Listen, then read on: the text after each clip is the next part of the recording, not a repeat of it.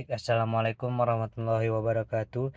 Perkenalkan, nama saya Muhammad Zaki dengan NPM 2401030301148. Baik, di sini saya akan menjelaskan sedikit materi dari perpajakan, yaitu tentang PBB dan PPN.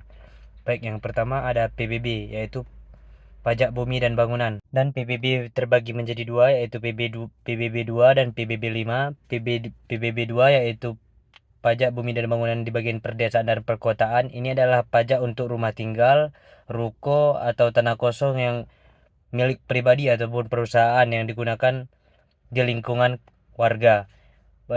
Jadi pengelolaan pajak bumi dan bangunan dua ini yaitu langsung dikelola oleh pemerintah daerah dan langsung masuk ke menjadi penghasilan asli daerah. Selanjutnya ada PBB 5, yaitu di bidang perkebunan, perhutanan, pertambangan, minyak atau gas, dan panas bumi. Untuk PB ini yaitu wilayah skala besar dan khusus seperti lahan sawit, hutan industri, atau tambang emas. Karena skala strategis, pengelolanya tetap pemerintah pusat melalui Ditjen Pajak. Selanjutnya ada sejarah dan perubahan regulasi PBB, yang mana awalnya PBB ini dipungut oleh pemerintah pusat. Perubahan setelahnya berlaku Undang-Undang Nomor 28 Tahun 2009 tentang Pajak Daerah dan Distribusi Daerah atau UUD PDRD. Jadi, sejarah singkatnya yaitu dulu semua jenis PBB dipungut oleh pemerintah pusat. Namun, sejak berlakunya Undang-Undang Nomor 28 Tahun 2009 atau UU PDRD, terjadi perubahan besar, yang mana PBB P2 resmi diserahkan menjadi pajak daerah atau pajak asli daerah, yang mana artinya uang pajak dari rumah yang Anda tempati sekarang langsung masuk ke kas pemerintah kabupaten atau kota yang Anda tinggal, bukan lagi dikirim ke pusat tetapi langsung dari pemerintah daerah. Setelah itu, apa sih dampak perubahan regulasi PBB? Dampak perubahan ini membawa dampak nyata bagi dua pihak, yang mana dari sisi pemerintah daerah, keuntungan pendapatan daerah meningkat atau PAD, sehingga daerah mempunyai dana lebih untuk membangun infrastruktur lokal seperti jalan rusak atau taman kota. Tantangannya yaitu daerah harus mandiri dalam administrasi, mulai dari percetakan SPPT atau tagihan hingga pengumpulan ke warga.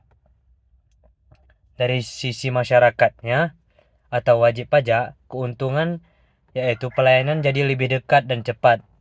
Jika ada salah data di SPPT, langsung saja ke kantor pajak daerah.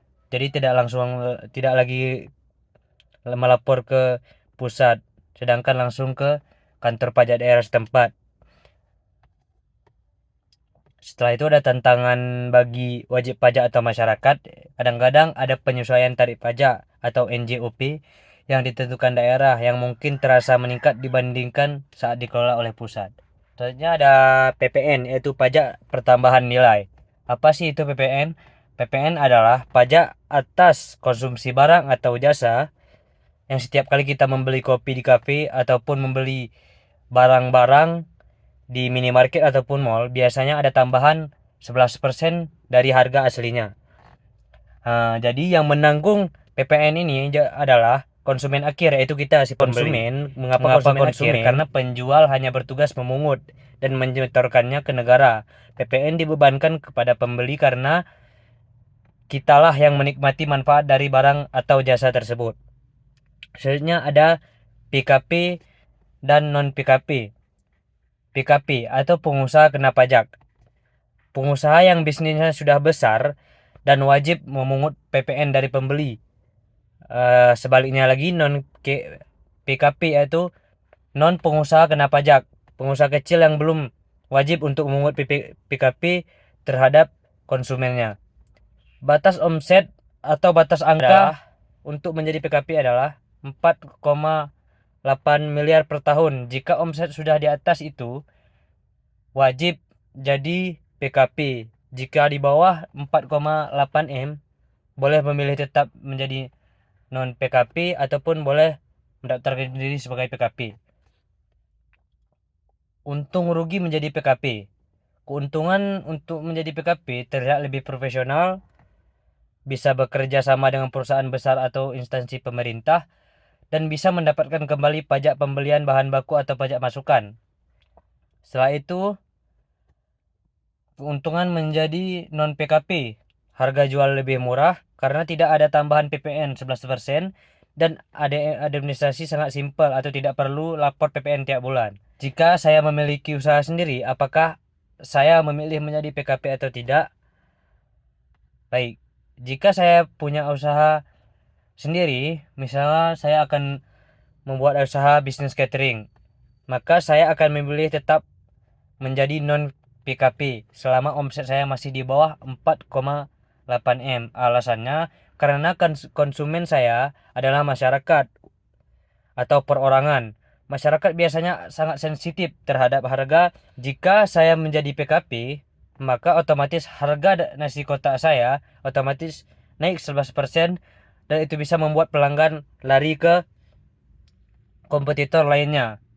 Namun, jika saya ingin masuk ke tender kantor atau pabrik besar, saya akan jadi atau mendaftar PKP karena perusahaan besar memerlukan bukti pajak dan pembukuan mereka. Baik, mungkin hanya ini yang dapat saya sampaikan. Lebih dan kurang saya mohon maaf. Assalamualaikum warahmatullahi wabarakatuh.